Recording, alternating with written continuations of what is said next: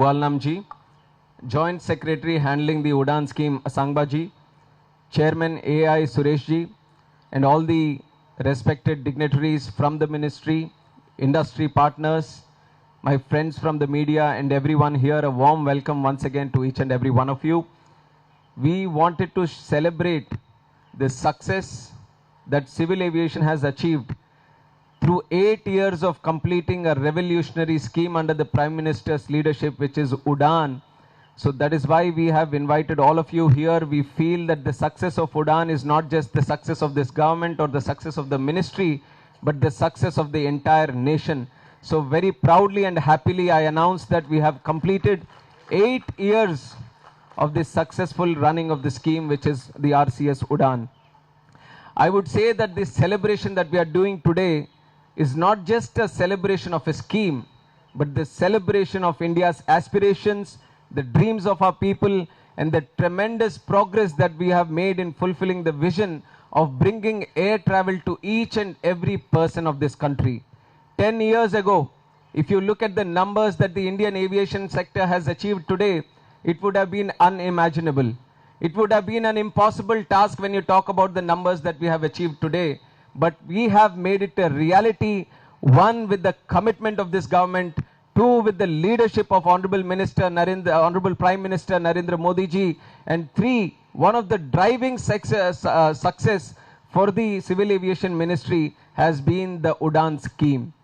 And with 10 years of this, we have not just concentrated on the top 6 airports, which are the metropolitan city airports. We have also concentrated on the Tier 2 and Tier 3 city airports. And the number that I want to raise again is that in 2014, when the country had 74 airports, today it is a staggering number of 157 airports. And that is the vision and that is the commitment with which the Civil Aviation Ministry has progressed today. And everyone would know that the RCS-UDAN has been a brainchild from the National Civil Aviation Policy in 2016. And we talk about the success today. I would also like to thank the predecessor ministers that have worked in the Ministry of Civil Aviation. In 2016, a senior member from my party, Telugu Desam, was handling Civil Aviation Ministry, Mr. Ashok Gajpati Raju Garu.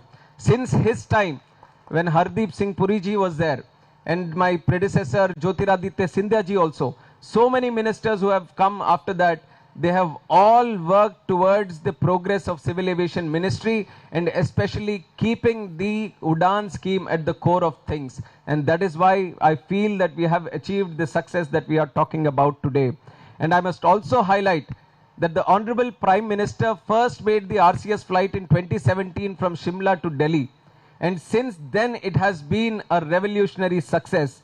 And if I have to show you the figures today of RCS-UDAN, we have run a total number of 601 RCS routes across the country, and we have made 84 routes operational just in the year 2024 alone.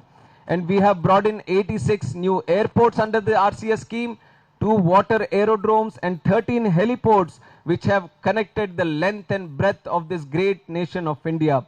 And more than 1 crore 44 lakh passengers.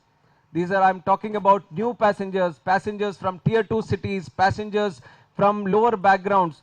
The 1 crore 44 lakh passengers have benefited from the UDAN flights, and a total number of 2 lakh 84 UDAN flights have been operational since the beginning of this scheme. So I would like to say that UDAN has revolutionized the way we travel in India, and it has also made ease of flying a reality in this country. And when our Honorable Prime Minister Narendra Modi ji launched this initiative, it was with the belief that aviation can no longer be for the elite or exclusive. He wanted it to be inclusive. He wanted the whole country, each and every citizen of this India, to aspire for air travel. He no longer wanted the Hawai Chappal wala to be traveling on the road. He thought Hawai Chappal se हवाई जहाज तक सफर जो है ये इस देश में वो सपने को सच सा करने का काम इस सरकार को करना चाहिए और वो करके हमने आज दिखाया. And through UDAN we have done it by connecting remote regions where the possibility of having an airport or air travel was totally unimaginable. We have constructed airports there. We have brought the connectivity there.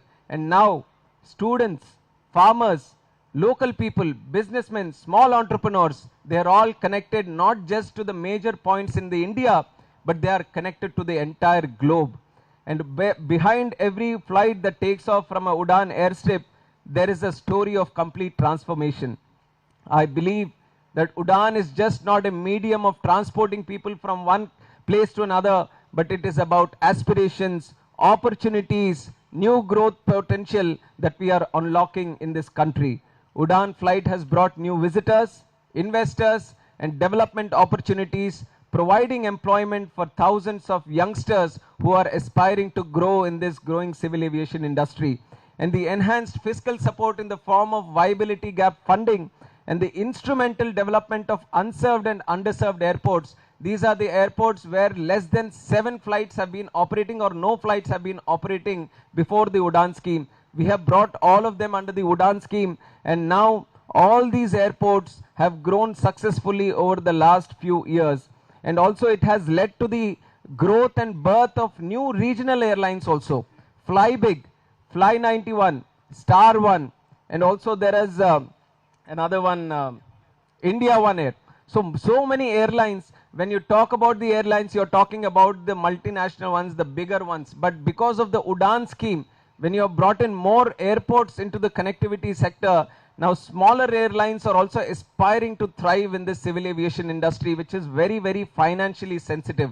So that is another growth story that we want to showcase to this nation. And along with the companies that have started the airlines, a diversified fleet, which Asangbaji has also shown now, including helicopters, seaplanes, Airbus 320, 321, Boeing 737, ATR 72-seater, 42-seater, Twin Otter, Embraer 145. The sky has been the limit. Earlier, what used to be restricted to 2 or 3 or 4 kinds of planes, now we have expanded it to many other different forms of flight travel, and that is a stupendous success that we have, that we can display today. And UDAN has also boosted up demand for a greater aircraft inventory. And if you see the demand that we have for a country today, 800 planes are operating in the Indian airspace, in the Indian registered sector. Now we have orders up to 1200 to 1500 that are pending right now. So imagine those planes also coming in the next 10 years, what kind of growth India can foresee in the near future. And when I am interacting with travelers across the airports also, and they are so happy to share that earlier what used to be a difficult task for them to go to the airport and catch a flight, now within a reach of 1 hour, within a reach of 2 hours, they have an airport near their place, no matter how remote it is, and they have good flight connectivity from there to the rest of the country. And the impact of UDAN on regional economies also, it has been substantial. When you connect a region with an airport, when you give the connectivity, you're not only connecting the people to other places, but you're giving them the benefit of air cargo. You're giving them the benefit of increasing their revenue, giving them the benefit of job growth, and also giving them the opportunity to increase the economic value of that whole place. So the whole stimulated growth and the whole activity that surrounds the airport has mutually benefited both the civil aviation sector and the regular sector. And one important sectors that we have to mention is how tourism sector has developed with the coming of the UDAN scheme. And today I can proudly say that our regional airports are not just gateways to the skies, but growth engines that are transforming the faces of small towns in this country. The journey we have taken under UDAN shows that the future of Indian aviation not only lies in our metropolitan cities, but also in the regional towns and the rural areas of this country. UDAN has played a pivotal role in job creation. Not only has it created direct employment through the airports, construction of airports, airlines, allied services, other ground handling services, many other activities, but it has also brought in indirect investment in the hospitality sector, which is what I was talking about in the tourism sector also.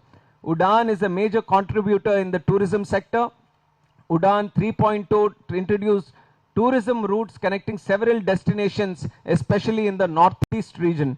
The tourism industry in the entire Northeast region is experiencing a notable increase due to introduction of Pasighat, which was the first airport in Arunachal Pradesh, and the Zero, Holangi and Teju airports also subsequently which were built up in Arunachal Pradesh.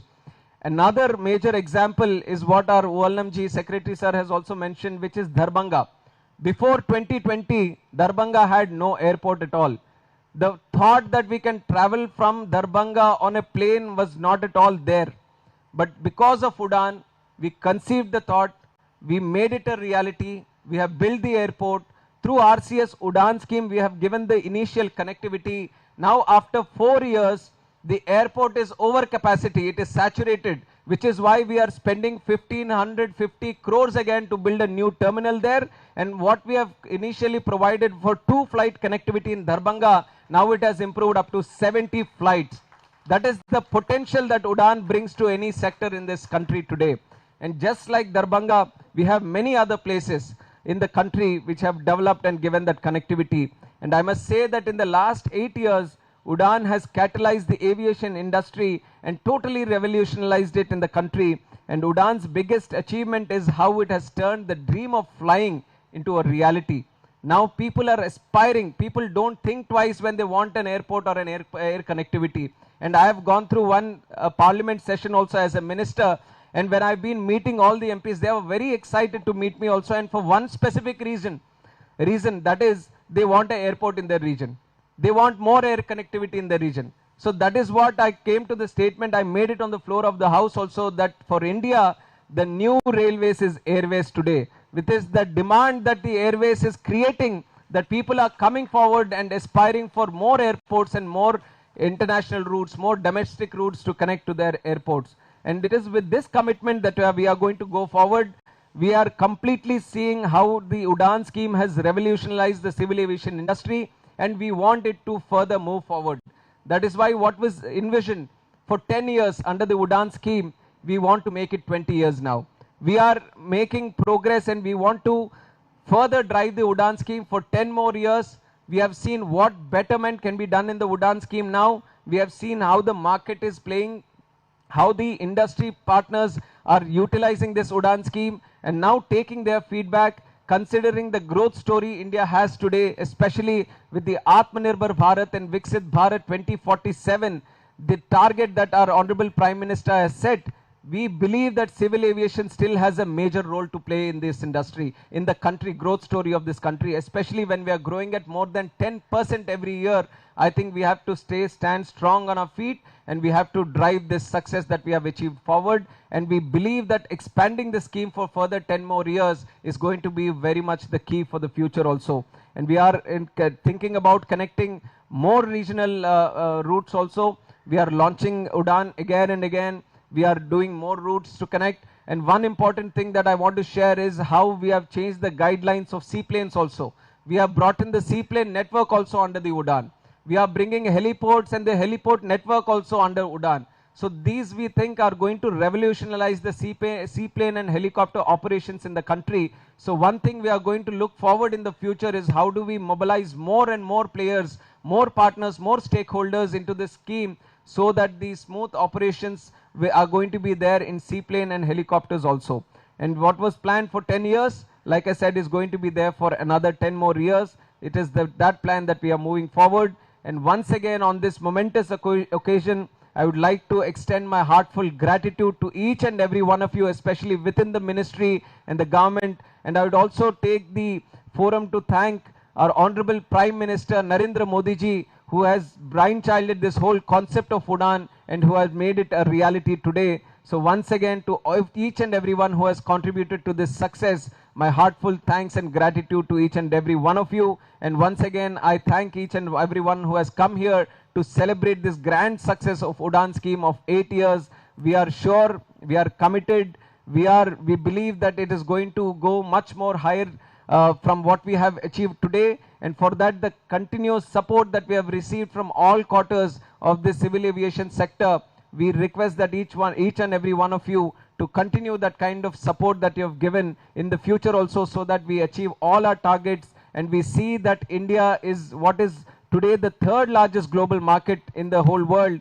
We dream about making it #1 in the whole world. And for that, We feel that each and everyone's contribution is very much required. Your opinions, your suggestions is very much required. We at the Civil Aviation Ministry are completely open in terms of listening to what the industry is saying, and we want to facilitate you. We want to take you on board. We want to create that kind of ecosystem where everyone is benefited in this civil aviation sector. With these words, I would like to end my speech, and once again, a warm welcome to each and every one of you, and thank you for coming here.